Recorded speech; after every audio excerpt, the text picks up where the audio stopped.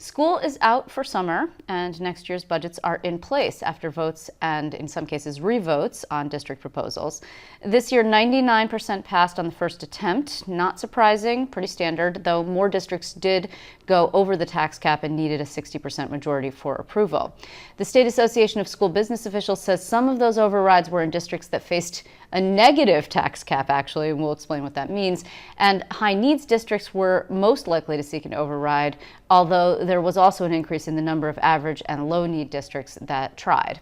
With me now to talk more about these trends is the association's executive director, Michael Borges. Welcome back to Capitol Tonight. Thank you for having me again. So first of all, we should say that the passage rate is not surprising. That's been pretty standard for a number of years now. Yeah, since the onset of the Great Recession in 2007, 2008, the passage rate for school budget votes have been above 90, 95%, and the tax cap pretty much solidified that trend. The problem, though, is fewer people are showing up to vote. That's very troubling. Yeah, that was the two major takeaways from the report was that the number of overrides increased, as you mentioned earlier, and the voter turnout has continued to plummet. What is that about? Do you have any idea? I mean, I know that you guys aren't standing there, at the polls doing exit interviews with people, but it really is, it's alarming. I mean, I would expect that it would be the opposite. In other words, that fewer people would show up at, well, presidential, obviously, but they're going to be there because everybody's sort of inundated with it. But you would really show up where the rubber hits the road at a local election that's definitely going to impact you, and yet that's not, in fact, the case. No, I mean, since 2010, you had a high of almost 1 million voters in 2010, and then this year you were down to like 570 or 568. So it's almost a drop of 40%. Now, given some of that, is just voter apathy, but it's also the fact that the school budgets have been, minimal increases, and especially since the tax cap went into place. So you saw both a drop in yes votes, but you also saw even a greater drop in the negative votes. Do you see, and this may be getting sort of deeper in the weeds than you guys go, but do you see a higher participation rate when the budget votes coincide with school board member votes? Not all of them do. Yes, well, actually, all budget votes also have school board votes at the same exact time. Mm-hmm. So, I mean, there have been proposals by members of the legislature to move budget votes for schools to election time, but that doesn't take into consideration that actual school budgets or fiscal years go from June or July 1st to June 30th. Right. So that moving it to November really doesn't work for us because our budgets would be in the middle of our school year. Well, the reason why I ask is because in recent years we've seen some fairly contentious school board races, particularly with the opt-out movement and efforts to sort of really have more of a say from that organization's, they're sort of loosely organized, but from that movement's representation, they wanted to increase it on various different boards. And I would expect that, while you're there, you also vote on the budget. You don't just vote on the school board members. But if you don't have a contentious board race, then... True, yeah. I mean, voter turnout, whether it's for school budget votes or any other election, is a troubling, dilemma for people. I think the less voter participation, the more harmful it is to democracy. And it also kind of steers people to, smaller blocks of voters can determine how a school budget vote happens, or whether it passes or fail, or who gets elected to a school board. So, low voter turnout is a bad thing no matter how you look at it. So you had 36 override attempts, which is up from 19 from last year. Right.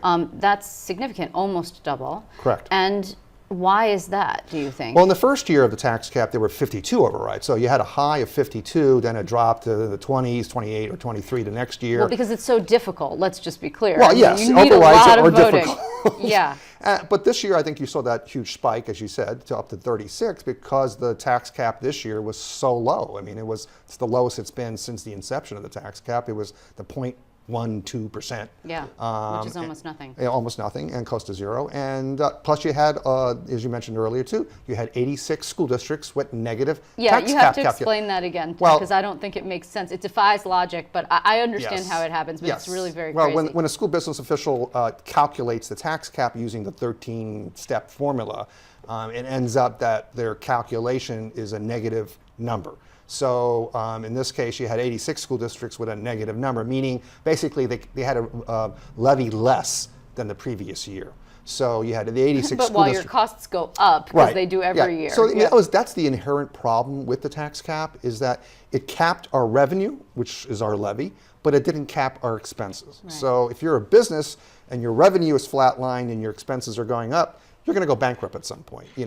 Things just are not going to add up. Can I just interject here? I mean, since this isn't just a shot at you, really, it's not. I know. We're crying wolf. Yeah. For years, you and all your brethren have been like, oh, we're all going to go bankrupt, and these schools are teetering on the edge, and they're about to go bankrupt, and they can't go bankrupt because legally, and then the state's going to have to take them over, and blah, blah, blah. And you know what? It hasn't happened. It hasn't happened. You know why? Because the legislature, thankfully, has stepped up and provided significant aid increases. I mean, this is the second or third year in a row where. But what happens when the state is not in a fiscal position to do that? That is an interesting question, and we don't know what's going to happen next year. I mean, last year it was a 6%, 1.4 billion increase. This year was the same thing, pretty much.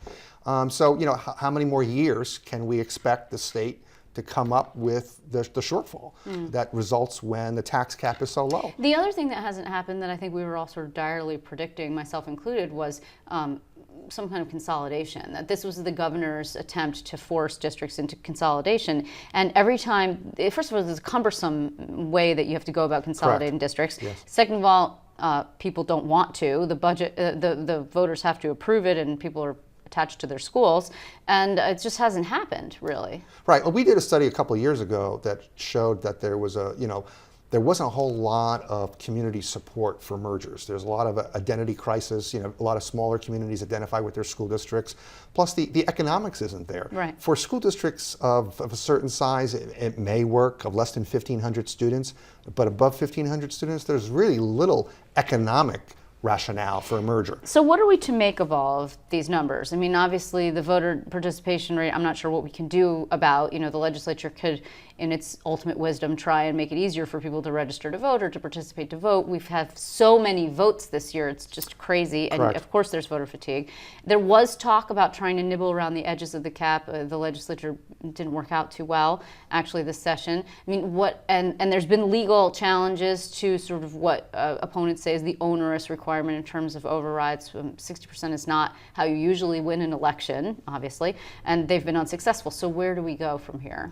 Well, I think, again, going back to the onset of the Great Recession, I think between the Great Recession and the tax cap, both of those things have moderated and restrained school spending and school tax increases. And that will continue. And I think that school budgets will be more cognizant, and school leadership would be more cognizant of the concerns of the communities that they represent, and try to balance both educational needs of their students and fiscal restraint at the same time.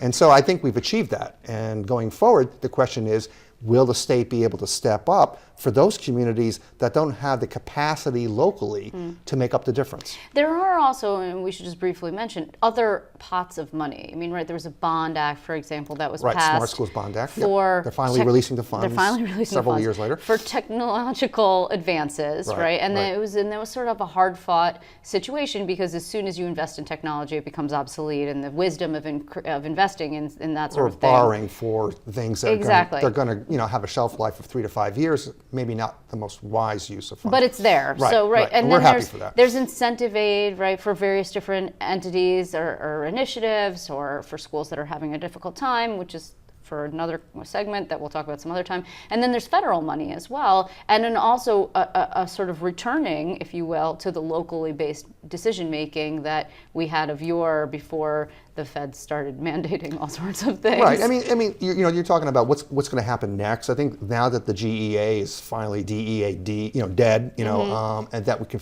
turn our attention, our focus to the foundation aid formula.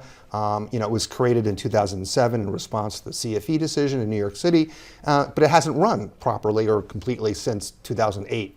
So I think it's time to refocus our attention to the foundation aid and make sure that it's up to date, that a new costing out study perhaps should be done to determine what does it cost nowadays, 7 years, 8 years later, to educate a student in school, and to look at some of the factors that go into calculating the foundation aid to make sure that foundation aid is distributed fairly and equitably. Well, obviously, here's my prediction, we'll be fighting about education next year, because Yes. we always do. I thank you, Michael Borges, Sure. for coming in. It's really great to see you. Thank you.